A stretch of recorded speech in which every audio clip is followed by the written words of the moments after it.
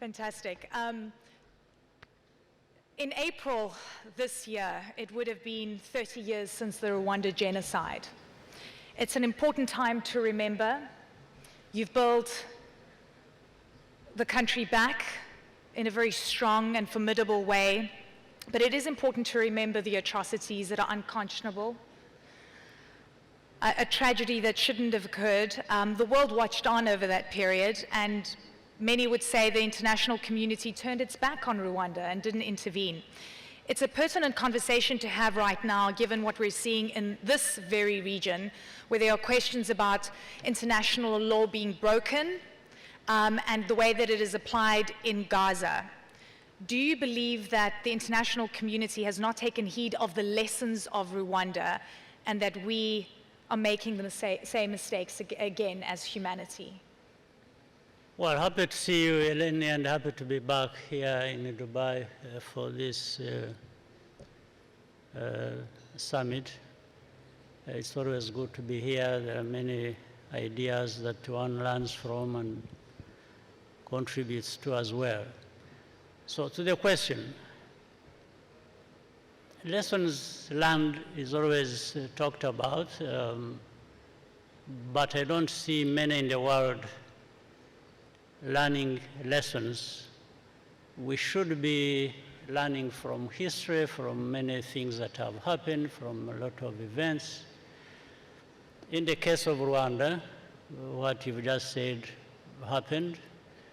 We had a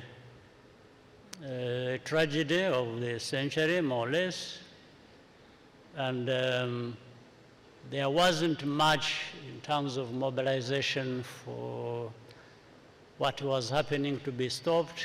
It had not been prevented. But at least we were left with an opportunity to learn from it. We have learned ourselves. The world needed to learn. But when you see so many things happening in the world, you question whether lessons were learned. And it's not just in Gaza or it's in many parts of the world. There are so many conflicts, there are things happening that with the resources in the world and with the power in hands of some people, these things should not be happening. It means the power, the influence, the kinds of things some big countries have in their hands are not being put to good use, and that's why we see conflicts, instability, and loss of life to this extent that we see every day. So is it fair to say then, Mr. President, that the international community just is failing because it doesn't have the mechanisms, the resources? I mean, we saw the interim ruling from the International Court of Justice.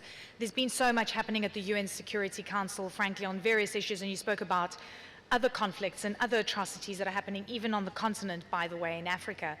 How would you define what should be done? Because you've always been someone that spoke about prevention as opposed to be reactionary to what we're seeing on the conflict front. Very true. Countries, nations,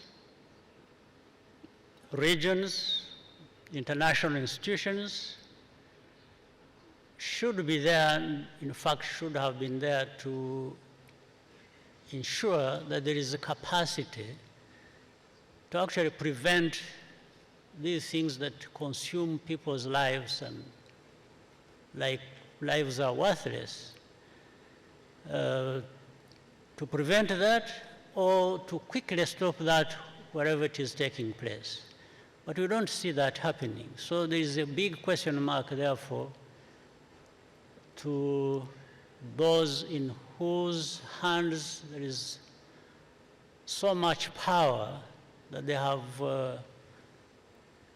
all kinds of resources to use for that to happen, and yet it doesn't happen.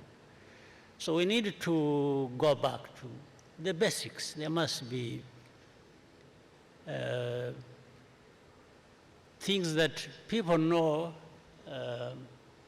whether it is equality, whether it is fight against division, and preventing people using divisive politics to, which underlies in most cases these tragic happenings across the world. So as the people of Rwanda remember 30 years ago, where almost 1 million people died, were killed, what do you call on the international community to do right now?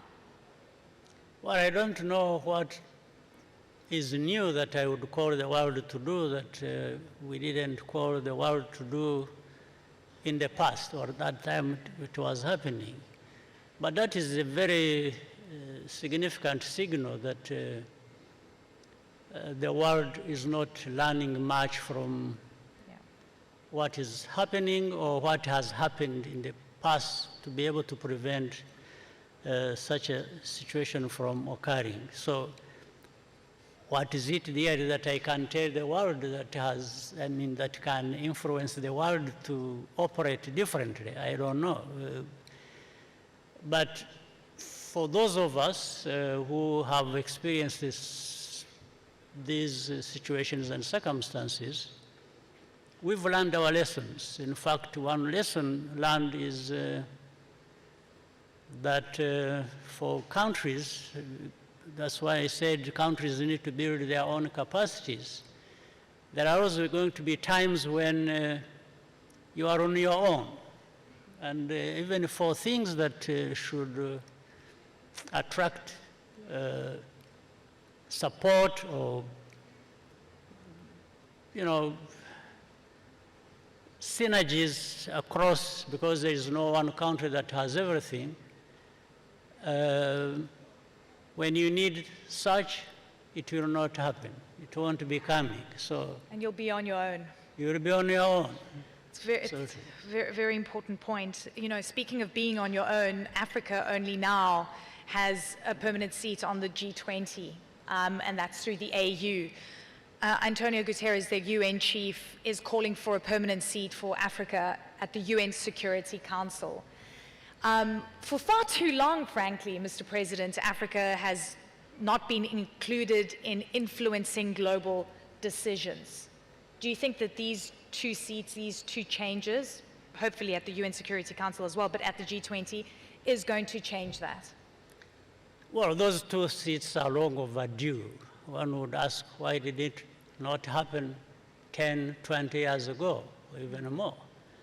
Why is it even being talked about now? And in reality, with the G20, it's beginning to happen. But here I want to say this. There are two problems. One is we, Africa itself, we need to organize, to be together, to have a voice, a strong voice, because there are many resources on our continent. Why don't we leverage that so that the rest of the world also is interested in working with us in a cooperative way, rather than just telling people to follow what they have decided.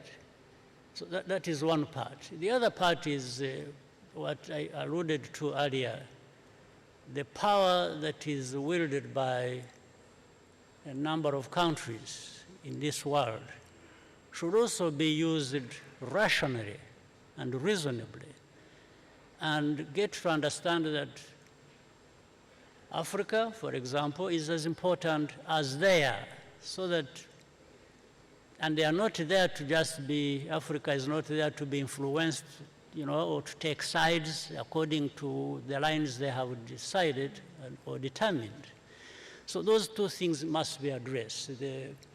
How rational the powerful parts of the world are and how they use their power. The second is for Africa to understand and to know that it's actually powerful in many ways. Absolutely. Because Africa has enormous resources. It's got everything. Yes, human and other resources. Absolutely true. I mean, you're talking about the power that is wielded by, certain countries that clearly make the big decisions. There's a lot of talk and I guess concern, sort of people are saying that there could be a shift in the power axis globally, whether it's the BRICS nations, also inviting Middle Eastern countries to the fray, for example, and other emerging market countries. Do you see that shift happening? Do you believe that we could see that? I think it is happening. It's bound to happen. Things of that nature we have witnessed in the last 5, 10, 20 years cannot continue unchallenged. There's no question about it. Yeah.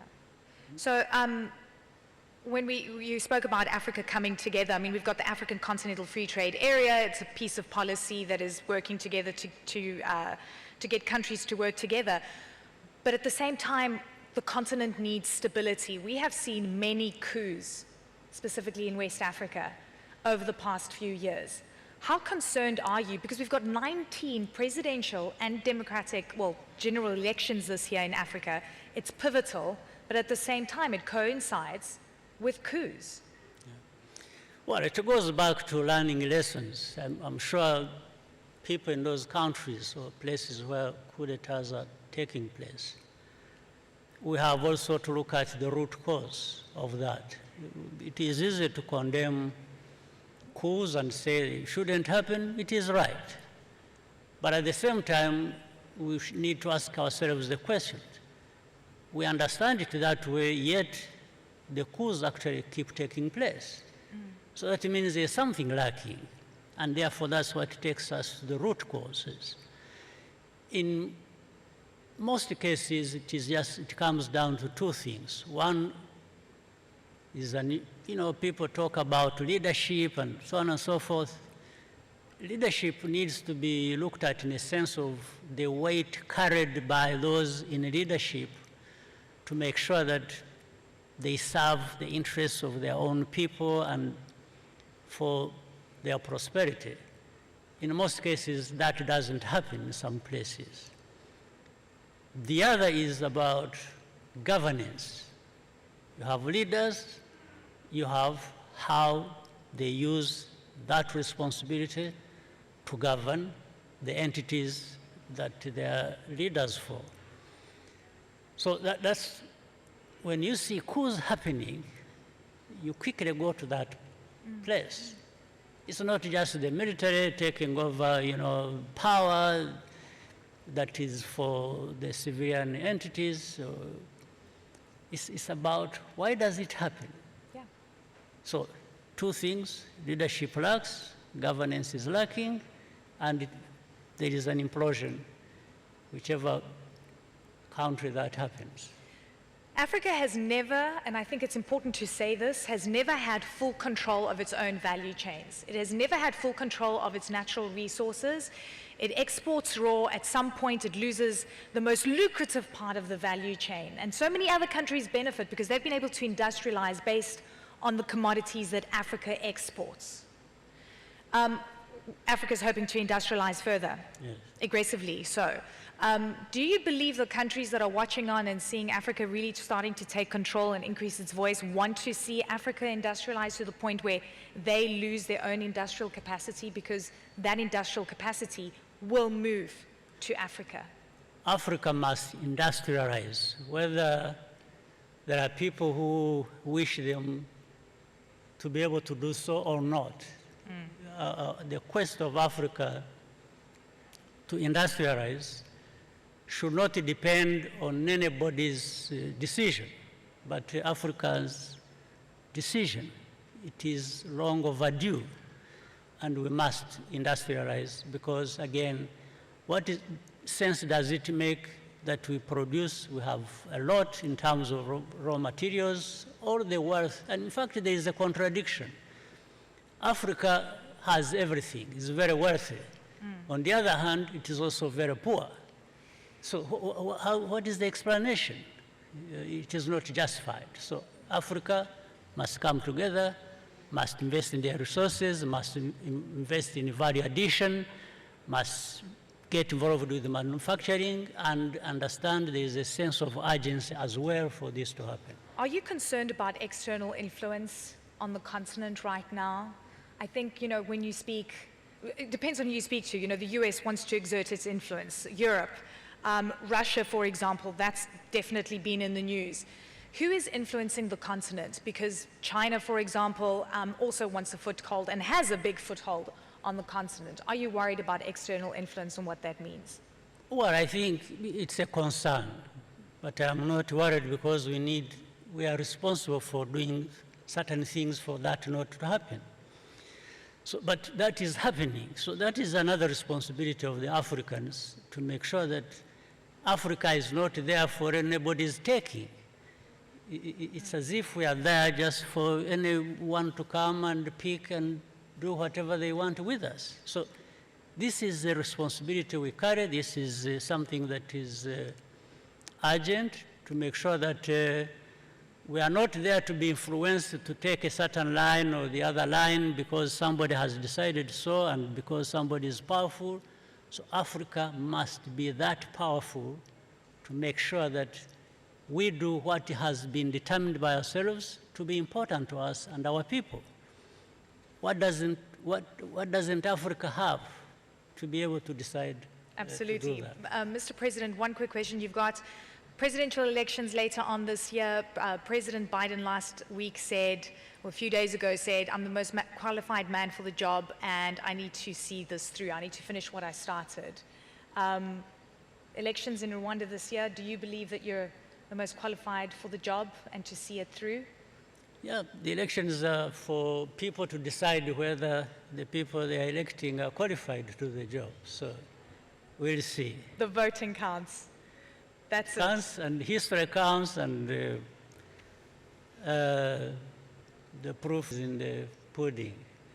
Sir, I thank you very much for your time and can't wait to visit Rwanda again. I appreciate it. Good to see you. Ladies and gentlemen, His Excellency the President, Paul Kagame.